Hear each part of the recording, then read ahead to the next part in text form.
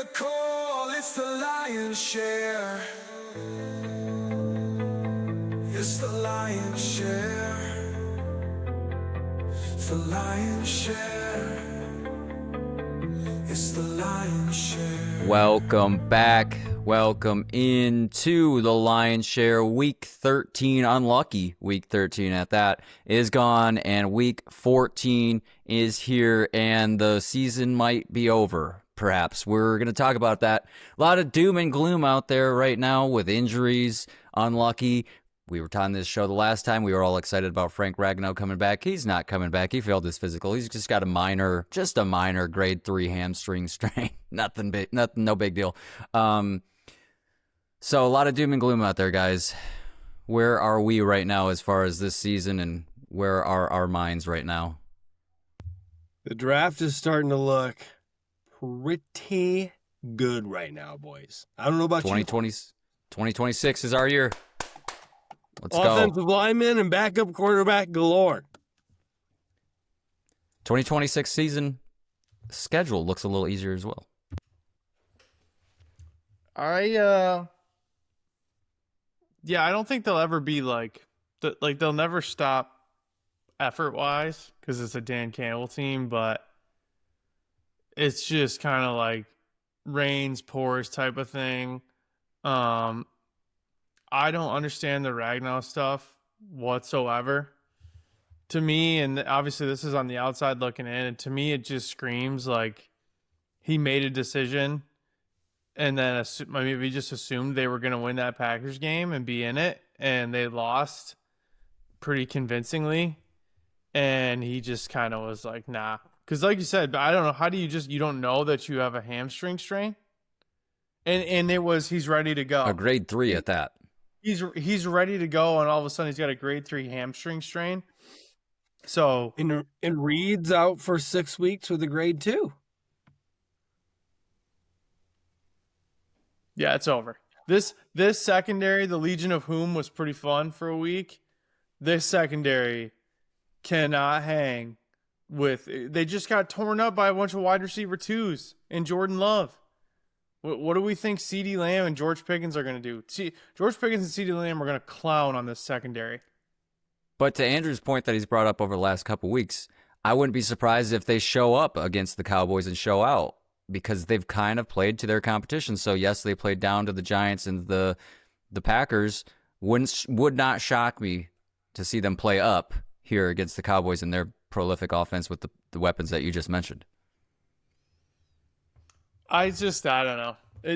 Nothing about this season has gone as we expected, and I think, I was texting you guys, and it's probably recency bias, but it's kind of easy to point a ton of the problems back to Frank Ragnow, who unexpectedly retired with 2 years to go on his contract in June after the draft. So clearly the Lions, knowing that Zeitler is moving on, draft the future right guard in Ratledge, and are assuming they've got Sewell, Ratledge, Ragnow, Glasgow, and Decker. All of a sudden, Ragnow just retires out of nowhere, and you have to shuffle everything. So, it's affected everything, because we see Dan just continues to want to force the run game when it's not there and go for it on fourth downs when it's just not there, because he's used to having a top 3 offensive line in the NFL. They've been that for the last 2 years. And they just aren't that right now. And I think when you couple that with, again, getting torn up by a bunch of wide receiver 2s because of injuries and whatever you want to call it, it doesn't feel good right now. Doesn't feel good. Everything starts with this front office in the trenches. And in the trenches is where they're struggling on offense, and where a ton of guys aren't really showing up right now on defense. It's okay. The Legion of Whom can look really, really good if Hutch, Aleem, and Davenport start doing their thing. But that really hasn't happened in the last 4 weeks either. So yeah, nothing's working right now. It doesn't feel good, and I will probably talk about it, but this training and medical staff needs to be under some kind of an evaluation. And at some point, some of it's going to fall on Dan too, for the way they've handled TA and Kirby with the IR. Yeah, I want some names from the medical staff. And Mitchell, you're right on like one in the trenches, especially on the defensive side. I love Hutch, and I know he does a lot on, the pass and run side of the ball, but at some point I'm sick of leading the league in hurries and pressures and quarterback hits. At some point we have to have a stat that like has an impact on the game, right? Like it tackles for losses, sacks, anything, force quarterbacks out of pockets, anything like that. And it's not translating, and it's not helping out the Legion of Whom whatsoever either. So that doesn't help. But I think it's more the offensive line. I mean, I think the offense has been more out of shape than the defense has all year. And I think it's more that offensive line not finding out who they are and not playing to their standards. And Jared Goff being Jared Goff has to have a really good offensive line, which is fine. I think that's okay to say. He just hasn't had that this year. Yeah, a lot of things. It's not just one thing with this team right now. A lot of things out of sorts. And to your point about the defensive line and the defense as a whole, held their water pretty well the first couple weeks of the season, mid-season, and have kind of lost their way a bit. And a lot of that starts with that defensive line, defensive front. Like you said, it's all in the trenches on both sides of the ball. That's really where all this starts, and that's the bread and butter of this team. And when you're not hitting, not capitalizing on those areas, everything else falls apart. And to your point about the defensive line, you had touched on Muhammad a couple weeks ago. Where's he at? Like, this guy had sacks earlier this season and it's been relatively quiet since. And then we get Davenport back, hoping that maybe sparks that defensive line. And what did we get from Davenport last week? Not a whole lot. Shout out to the YouTube for Andrew's visuals Every time me and Andrew do something non-audible, then just shout out to the YouTube. I haven't been a good job. I haven't been good at plugging it. Usually had a little routine, had a little cadence to shout out to the YouTube. But you can always watch us on YouTube every episode and Spotify video as well if you have that option. Any new Patreon subscribers? The slow period right now. We ran a Black Friday sale. Actually, we're gonna do like a late Black Friday sale. Tommy said it. Just said it. Producer just said it in my ear. So use code Papa B for 75% off on the Patreon this week only. That's a good deal. There's gonna be a lot of doom and gloom. Sorry, Andrew, on this episode, lots of doom and gloom. But I will hit you guys. I don't know if you saw it. Hutch said True Grit comes out when it's not all sunshine and rainbows. They're going to have to be as gritty as they've ever been. And maybe, you know what? I am okay being honest with who they are. Shout out to the YouTube. Ben's got the villain shirt on. I like that. I just noticed. I was going to comment. Trying to bring back bold vibes here.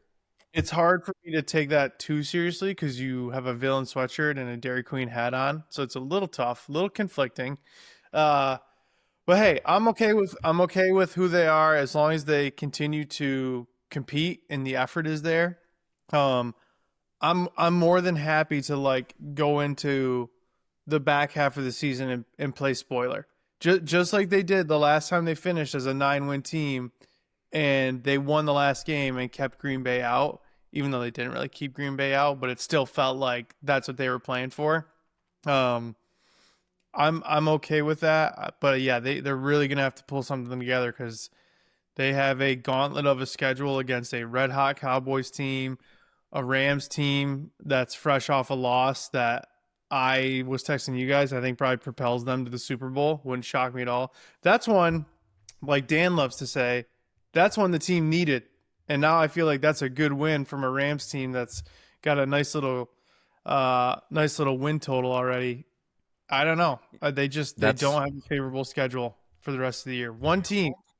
You think they're going to play spoiler for the Bears in Week 18? Hope so. The Bears are so far ahead, though. I mean, it just makes me sick. It makes me sick. It makes me sick that we have to watch the Bears win a ton, and then I was wrong. I said Aaron Glenn was going to be a better head coach, and I think that is yet to be seen. The Jets obviously coming off a win. Shout out to AG. Ben Johnson has got the vibes high. Tarps off after a win. Well, that's crazy. We were calling for him in the Speedo offense, and He's out here just losing his shirt. When's he going to lose his pants? They're the only thing left. When they clinch the division. Oh boy. Yeah, no, I guess I don't mean spoiler for the Bears in Week 18. More of a poo on your parade type of. Shoot, they might be sitting starters that week. At this point, That's actually very true. You guys tell me, gut check right now. Remaining schedule: Cowboys, Rams, Steelers, Vikings, Bears. How many wins on there? 5. You have them losing this week in the notes. oh, don't spoil it. Thank you, Ben. Jesus, what? Tommy. God, terrible editor. Tommy, bleep that right now. So I'm bad at math. I think I messed up at the back end of last week's episode. Andrew's face. So Andrew's face. Shout out to the YouTube. I missed it. What it was, the face. Okay, Cowboys, Rams, Steelers, Vikings, Bears. How many wins? Andrew says 5. Truly, I don't want to waver from what I thought going into the season, so I'm going to stay true to what I am, regardless of what I'm seeing in front of me on paper. I'll say they still get 4 wins. Okay. I mean, I With 1 loss to the Rams. I genuinely think like 3 is probably more likely. We'll see. We'll see how it goes against the Cowboys. The Cowboys are a sieve, so maybe they do put up points similar to like they did against the Commanders. I don't feel good about the Rams. I'll tell you that much. Steelers, Vikings, Bears. I had that as a loss coming into the season, though. So I don't feel bad about the Rams losing to the Rams. I mean, hey, again, not to be all doom and gloom, but let's say they drop the next 2. They're 7-7. They finish the season on a 3-game win streak. I feel decent about it. 2026 is our year. Look, none of us let the record show that none of us here on this program and this board, the shareholder board here, for you shareholders, none of us had the Lions in the Super Bowl this year. I did. I don't think you did. I thought I had Broncos Lions. No, I don't think you had Broncos. Maybe you did. I just looked at the notes. Please hold. I think I had Poe Dameron. No. You had Rams Eagles. Oh, I did? That's not the Super Bowl. Sorry, that's the NFC. Andrew had Rams Eagles in the NFC Championship. Still sounds like I had Poe Dameron in the finals. Andrew had Eagles, Rams, NFC Championship, AFC Bills, Ravens. Mitch, you had Broncos, Ravens, Lions, Bucks. I had Eagles, Lions, AFC Bills, Chiefs. Okay, in Super Bowl? Super Bowl, you had Lions, Ravens. Okay, so you did have Lions, Ravens. I had Ravens? Okay. And then Andrew, Ravens, Rams, and me, Bills, Eagles. Rams feeling good, though. Yeah, Ben, I feel like no. Mine are definitely the worst. It's a tie between us. Oh, Mute Monster. Ravens is just a trashy pick, though, at this point. I did that I felt for good you. about them, too. What was that? I did that for you, Andrew. I thought that was your AFC team, was the Ravens. It was mine, but it just feels trashy at this point in time, looking back on it. bad. Who knows with the AFC right now, though? Spoiled milk. Like, I mean, I wouldn't count them out. Who do you feel great about in the AFC? I don't like exactly. As good as the Broncos defense is, their offense is bad. Texans got a good defense. Bills could still be like, the Bills are still a team that could march their way through the playoffs. I don't count the Bills out at all. I know I just said I have them in the Super Bowl, so no bias. Weird. It's like the Bills can just have a bad week and lose to a bad team. But that's kind of been the story of the NFL. Like the Rams lose to the Panthers. It's hard to say what the Panthers are. I guess when I say that, I mean like lose to a bad team in a bad way. It's not like they hang around and have a chance. They just like get dominated. Yes, we can hear how loose it is. Just take it easy over there. Oh, with the high quality editing that we have, that might not even come through. So I don't know if that will land, but if it did,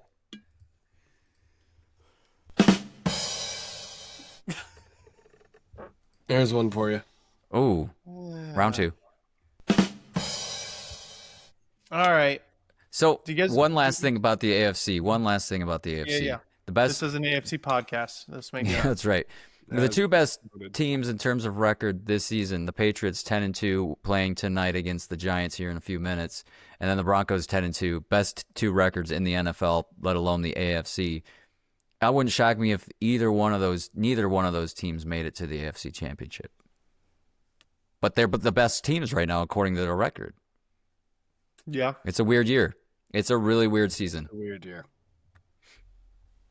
A lot of parodies, we call it. Tons of it. That AFC South looked like the Colts were going to run away with it, and now the Jags atop the AFC South and the Texans marching too. I mean, Colts-Jags played this week, so that's going to be a huge matchup in Week 14. So that's got a lot of intrigue in it, and so did the AFC North with the Steelers and Ravens tied at 6-6. They played this week as well. Yeah. Jags were big winners from the trade deadline. Jacoby Myers seems to have turned that team around. And the Steelers look like absolute poo-poo. Surprise, surprise, Aaron Rodgers is mad at everybody but himself. And the sky is blue. Yeah, what's new? All right, so longest intro ever. Let's actually get into the show, I guess. Week 14 is the Cowboys. We're going to talk about that, talk about the state of the NFL, which we kind of already have, and then, of course, have the pigskin spin, which is the only thing we really have left on this show. Tongue-in-cheek, but actually kind of serious. You can always follow us on Spotify, Apple, and YouTube. If you haven't already, subscribe on YouTube, like us, comment, rate 5 stars, and don't forget to find us on TikTok and Instagram. Did I miss something, guys? Andrew's flirting with me. Oh, tell us more. Ben, are we starting with the medical staff? I kind of touched on everything. I don't know what else to say besides the injuries the last few years have been, I was okay with saying freakish until this year. Hutch, that's a freak injury. Aleem, freak injury. Like, the season-ending stuff, I think, is, for the most part, unavoidable. Especially, I'm shocked we don't get more of it on the turf field. It is, again, the mishandling of injured reserve this year that is flooring. Kirby, TA. I mean, did TA play, 5 games this year? And he was out a lot of those, yeah. I mean, in and out of those. Like, snap count I mean, wise. it's not like he's a huge... It's not like they're paying him a lot of money. He's on his rookie contract, but I just think some of these guys, like, how do you even go into a contract negotiation when you've barely put the product on the field? Not that TA's due for it anytime soon, but eventually it'll happen. It's weird because it just feels like we've been in cornerback purgatory since Dan was here. Pretty much. I don't think that's fine. I don't think that's far fetched. I don't know, but yeah, the medical staff, the training staff, Dan, whoever, I don't know. The injuries are just absurd. And again, the way that they've handled the injury designations, I can't wrap my head around. And I know there is something about the IR thing where you can only put so many players on IR and bring them back because, the IR rules have changed over the years. It used to be a lot longer for IR, and now you get a couple that you can do the 4-week IR on.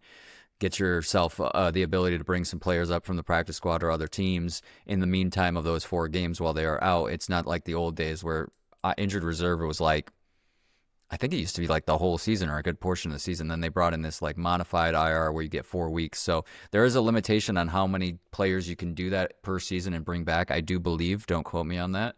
So there may have been trying to work the system there, but I do totally hear where you're coming from on that. Look, the injuries are going to happen. I'm not saying that they can prevent any of these injuries, though that probably should be looked at. I think my biggest gripe is the fact that we've had a lot of guys come back and then immediately back to the injury. The mismanagement, coming back too early or coming back in the wrong way has been the issue that I've had. And I know that other teams have their issues too, so we're looking at this through a magnifying glass with our team, the Lions. But gosh, it does seem like there's something up there. Well, I don't know, too. We're getting, reports that players are out for the season, yet they get a second opinion, and no, it's actually not bad at all. They'll be out for 2 weeks max. Like, it's just all this, I guess, uncertainty, and who are we to say because we don't know better, which is the tough part, right? But it is jarring, the, like, what Mitchell's saying, the mishandling of the IR with Kirby, Pascal coming off, missing his window, he's done. TA, I don't even know what it is with TA. Is it upper body? Is it lower body? It feels like it's a mix of about everything at this point. Aleem taking forever to come off of injury reserve and finally make his way into the lineup. It just, all of it seems weird. Ragnow feeling like he's in playing shape to find out he has a grade 3 hamstring tear, which, like I said, Reed was out 6 games on a grade 2. Just seems fishy. All these things adding up, right? Like, where there is smoke, eventually there's probably fire. Yeah, and I've looked at these staff last season when we first brought this up because it was odd last season was a crazy outlier season, but this year has started to creep towards that same feeling, although it's not as bad as last season. A lot of these members of the training staff have been here, pre-Dan or right when Dan got here. So I don't know. I don't know what to do about that situation, but like you said, Mitch, it's definitely got to be a situation where there's an evaluation of this and questions have to be answered. I mean, there's too many things for it to be a coincidence. Where there's smoke, there's fire, like you said, Papa B. Good way to put it. Good way to put it. Did you guys catch the news on Kirby Joe? He's back at practice, but deleted all of social media after posting "God help me."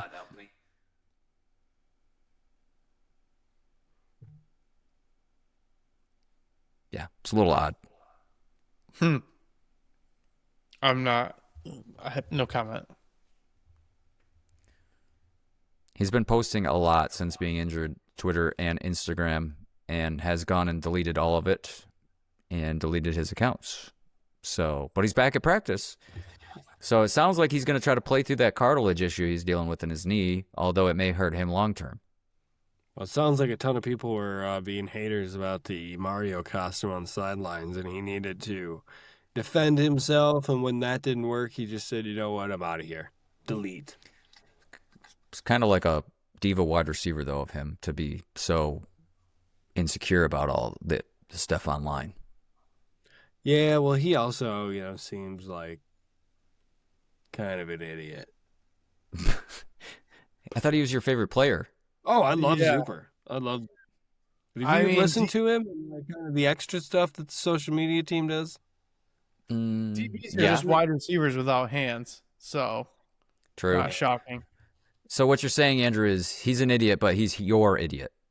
I thought it was a female version of a hustler, but it's not so much the Rasheed Wallace CJ GJ. It's a little like more than that. I think he's much more lovable than that. But yeah, I'd say he's kind of dumb. I love you, Kirby. Come talk to us. I genuinely I don't think and I'm doing this mostly just to paint Andrew as an a-hole. I don't think most NFL players are dumb. I think they're overall very intelligent because there's so much to learn in a playbook and there's so much to know what's going on. Like, oh, tight end just blocked down. That means I got to watch for post route or whatever it is, or they're running, zone, whatever the scheme is for that team. So I don't know why you're being so mean. I think they are emotionally immature. I think you can find more often than lack of intelligence, which is also semi-fair because these guys are like 22 years old and they instantly become millionaires. I mean, if that's the vernacular you want to roll with, play your cards, brother. I'm with you. The card hath been played. The baloney hath been slung. Let's talk about our picks here in the Lions Cowboys. Of course, the Lions will be at home in this one, I should say. Lions and Cowboys have met, seems like every season recently. Of course, the Lions destroyed them last season. hung up a ton of points there in Jerry's World, but this one will be in Detroit. And then the year prior to that was the loss slash pretty much a win. The skipper didn't report, but did report game the last time. So 1-1, these two teams, the last two matchups, and this one will be in Detroit on Thursday Night Football this week. That's why we're here on a Monday. Should have probably mentioned that at the top of the show, but I think you shareholders are very much in the know and know what time the Lions are playing. 8:15 on Prime. Will this one be on your television or tablet or phone or wherever you consume NFL media? Guys, what do you got for predictions? Who would like to go first in this dreary week 14? I got 28, 27 Lions. Oh, you changed it. No tie. It's only due to Dak turning into a little bit of a pumpkin and throwing a few uncanny interceptions. In a game that close, you cannot let the Cowboys at the end of the game get on the other side of the 50 because Brandon Aubrey will shove it down your throat. So 28-27, and if it's at the end of the game, you got to keep Brandon Aubrey on the other side of the field, which is, again, why I hate the kickoff. Landing zone, more returns, I get all that. The 30-yard line is absurd. I genuinely think, like, I wouldn't be shocked if Brandon Aubrey kicked a 65-yard field goal, which means the Cowboys could get a kickoff, have to go 20 yards, be on the 50-yard line, and be in Brandon Aubrey's range. It's disgusting. One or two passes to Pickens, and they're there. Papa B.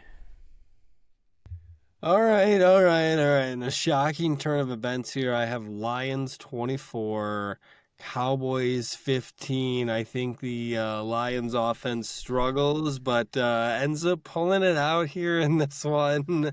And I think, Mitchell, you're right. The only way that they're going to get this right is the defense has to get some turnovers.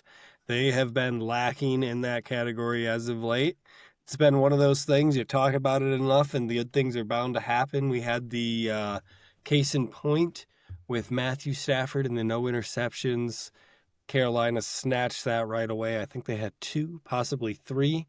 So it's time for some turnovers here for the Lions defense. I think that'll be the only way they get this one from Dak. But they keep the Cowboys out of the end zone, and those are all field goals. Ooh, Brandon Aubrey with 5 of them. 5 of them on Thursday night. I like it. 2 interceptions, 1 fumble for one Matthew Stafford, for those who are keeping track. And that rainy loss they had there in the Carolinas. Guys, it's the first of what month? What month are we in? December. Notoriously, Cowboys and Dak struggle once the calendar hits December. They have a good November. They struggle in December and January, which, of course, is the playoffs. Look, I think they're a solid team. They've got a good offense. I think they will compete with the Lions for that last spot in the NFC. The 7th seed could come down to the Cowboys and the Lions and maybe one other team. I've got Lions 30-27 in a sneaky close game, and maybe it comes down to a Brandon Aubrey field goal that comes up just short. Maybe we can get the laser pointers out at Ford Field, get some distractions going. Didn't hear it from me, but maybe we can get that going, get a little intimidation, I should say, on Brandon, and Lions come up victorious 30-27. I do think the Cowboys being so hot coming into this one favors the Lions a little bit. Perhaps a little bit of a hangover letdown for the Cowboys here when they're riding a little too hot and they get humbled here in Detroit, and Lions are beneficiaries of it. I think the Lions get back to a little bit of what they know. Manifesting here. I hope this happens. Get back to what they know. Come out and be gritty with a team that's banged up right now. A lot of guys out, including on the offense, the tight end position, and St. Brown, game time decision.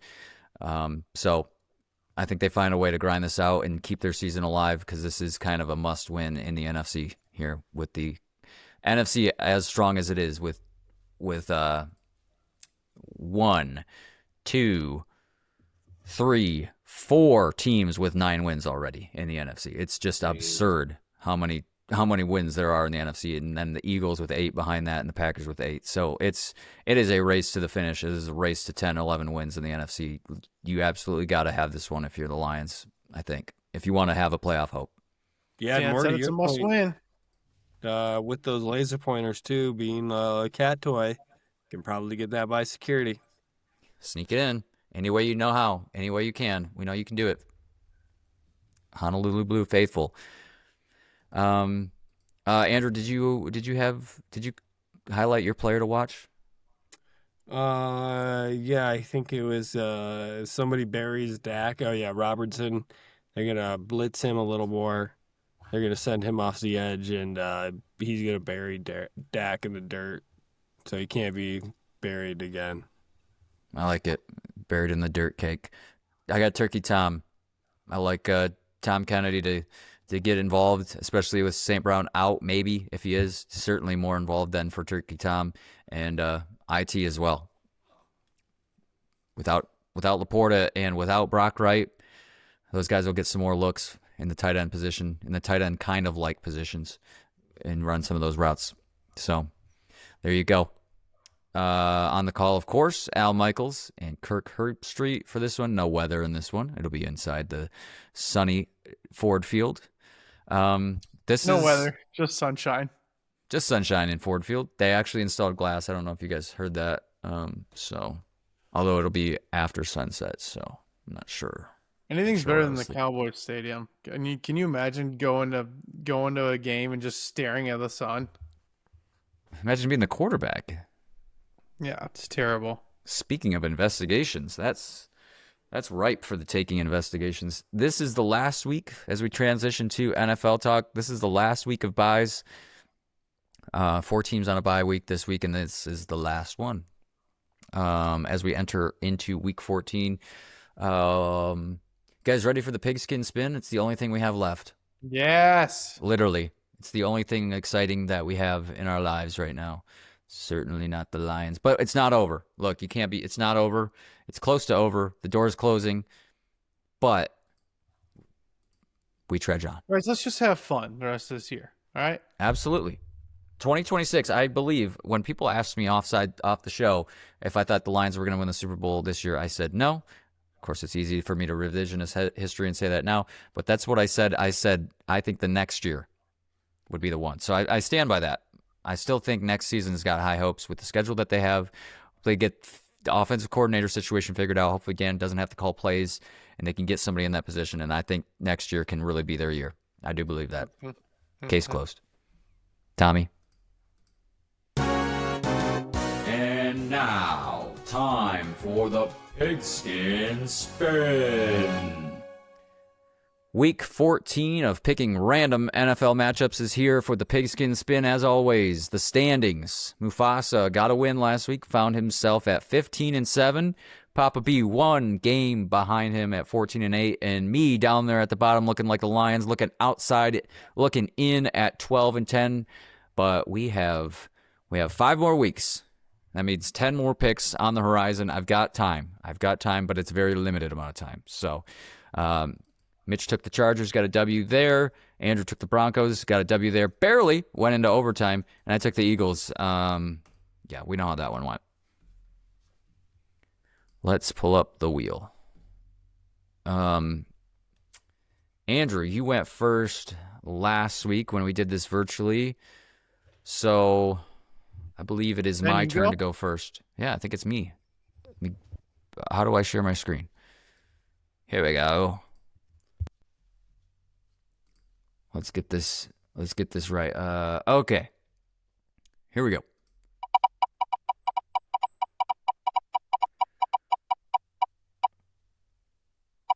Ooh. Bengals at Bills. This is a fun one. Pats with a punt return. Ooh. Tutty? Yep. Let's go. I say this every week. I was really hoping for Browns Titans because I think that would be an absolute stink fest. Titans might get their second win of the year there, by the way. But what's on my screen in front of me? Bengals at Bills. Oh man. I'm going to take the Bills because I do think this is a potential for an upset with the Bengals, and I think the Bills ring true here and try to keep pace with the Patriots in the NFC East. Give me the Bills. That means Mufasa is next, I believe.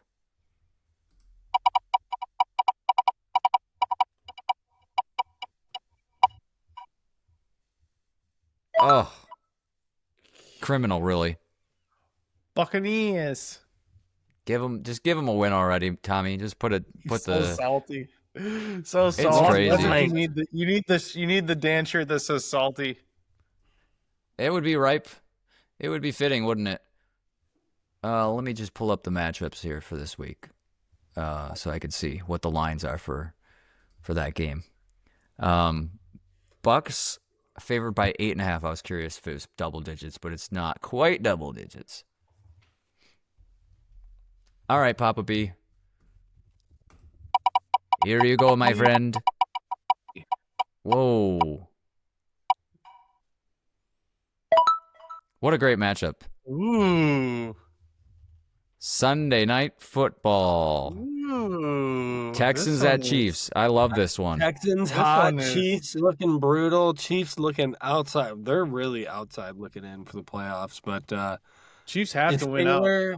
This is Sunday Night Football. Taylor will be most likely in attendance. They're going to be talking about her. This is scripted. Chiefs Kingdom. Wow. Wow. Right, wow. Kingdom Okay. in, please. All right. I would fade you and take the Texans if it were me. Good thing it's not you. Wild card wheel time. That means, Andrew, you keep your hand on the trigger. You're going to be up first in this snake order. I know we have some confusion on that sometimes, but keep your hand on the buzzer, my friend. All right, here you go. Oh, hold on. Here you go, my friend, and we have a black hole once again.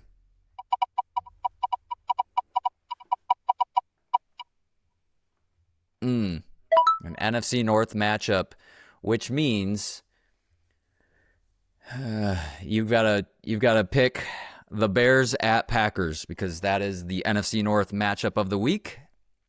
Bears Packers. Packers are favored by 6.5. Yes, in Green Bay, by the way. I'll give you that. Nope. I'm going to say we're going to have 2 Lambeau leaps. Jordan Love gets in on this action as well. I know the smart pick is to pick the Bears, but give me the Packers. Well, okay. What's the money on the pack? Packers are favored by 6.5. That Which seems is kind of shocking. crazy, right? I mean, I just feel like there's no one's buying the Bears stock, which it does seem a little wild after beating the Eagles, but like hopefully more people are just like the Eagles offense is broken. But they did run the ball all over them. And the Packers have a 68-point differential, and the Bears have a 6-point differential. So, Yep. There you go. but they're winning games. Can't fault it there. All right, so this will be you then, Mitch, here on the wild card wheel. Oh my God, it's the post-Thanksgiving madness. Oh my God. This guy is unbelievable. You can't script this, how much luck we have. All right, so your options are Hey. If I wanted your lip, I'd shake my zipper. I know what my options are. Give him the black hole. whoa. Pause. Pause. Jeez. Oh, I think I like Seahawks. I think I'm gonna Smart. go Seahawks against the Falcons. Yeah. They're due for a loss. Agreed. Yeah, maybe. I don't know if that's true. I do. I know it's true. Man, it is Seahawks true. have a pretty easy schedule the rest of the year. Okay, They do. Ben, why don't you go ahead and spin, and then we can hear you whine about it. Guys, what do you think the tickets for Titans Browns are going for right now? Lowest Ooh, ticket. $11. 17. $9. Single Wow. digits. I'm not gonna lie to you too. You put in Hawks for Mufasa on that pick, and I almost thought you wrote down the wrong team. Like Betty took the Falcons, and I almost said no. He took. We're gonna do this again. Yeah. I was legit there in my brain. It was crazy. Didn't she get arrested?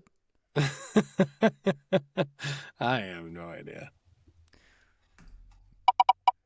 Here we go. Here we go. Oh, thank God. Something I can He'll still find a way shed to a tear win. about. What do we got? A you pick. I'm gonna kind of take the. That's not what I sound like. I'm gonna do the route that Andrew did, which is not My pick like God. some widespread. I'm gonna pick something fun. This is like the fourth brawl in this game already, and Jackson Dart takes some like heavy shots in this game. Shocker. Who's the famous Bears McManus? Or no, not McManus. Who am I talking about? The famous Bears quarterback that was the same way, just like the cool badass that just loved to mix it up. You know, that's who Jackson Dart is. I can't think of his name. Shame on me. From a couple years ago, From a couple decades ago. Jay Oh. Cutler? Rex No, Grossman. no, my God, you guys. I'm at least trying to. I know who I'm trying to say. Jim McMahon. Jim McMahon. You guys know who that is? It's a weird. I didn't realize you were going that far back. Yeah. Wow. That's Andrew, like if you don't know who 80s or Jim 90s, McMahon right? is- yeah, I think 80s. If you don't know who Jim McMahon is, Andrew, look it up. He is Jackson Dart. Maybe there's a relation.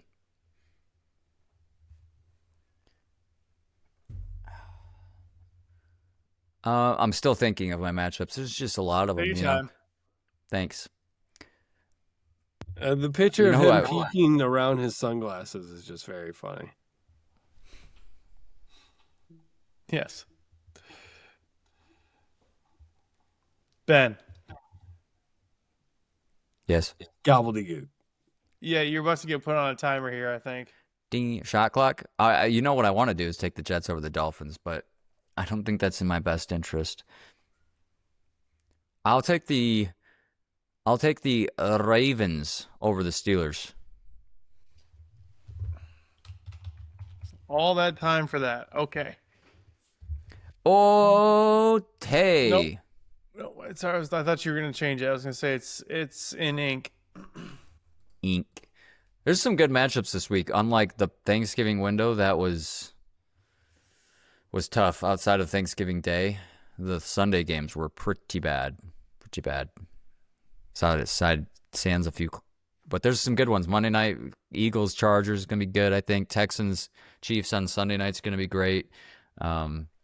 Packers Bears will be good. Ravens Steelers will be good. Colts Jaguars is gonna be awesome. I think as far as how big of a game that is for both those teams. Jets Dolphins will be weird but fun. Commanders Vikings will be ugly. Browns Titans will be ugly. Bengals Bills should be fun.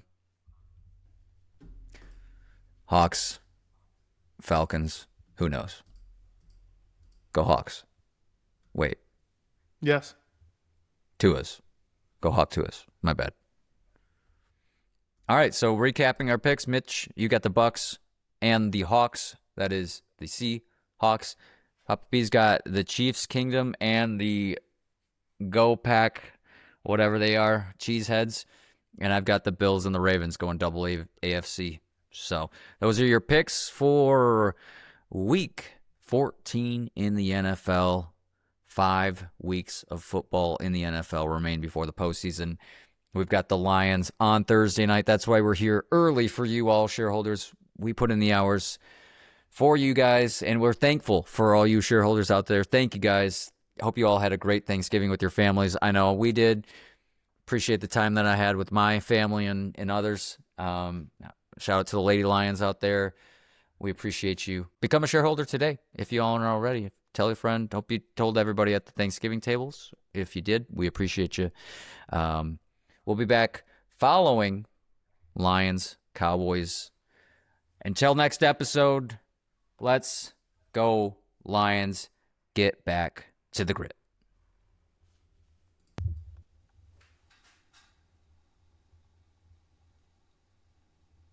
Yeah.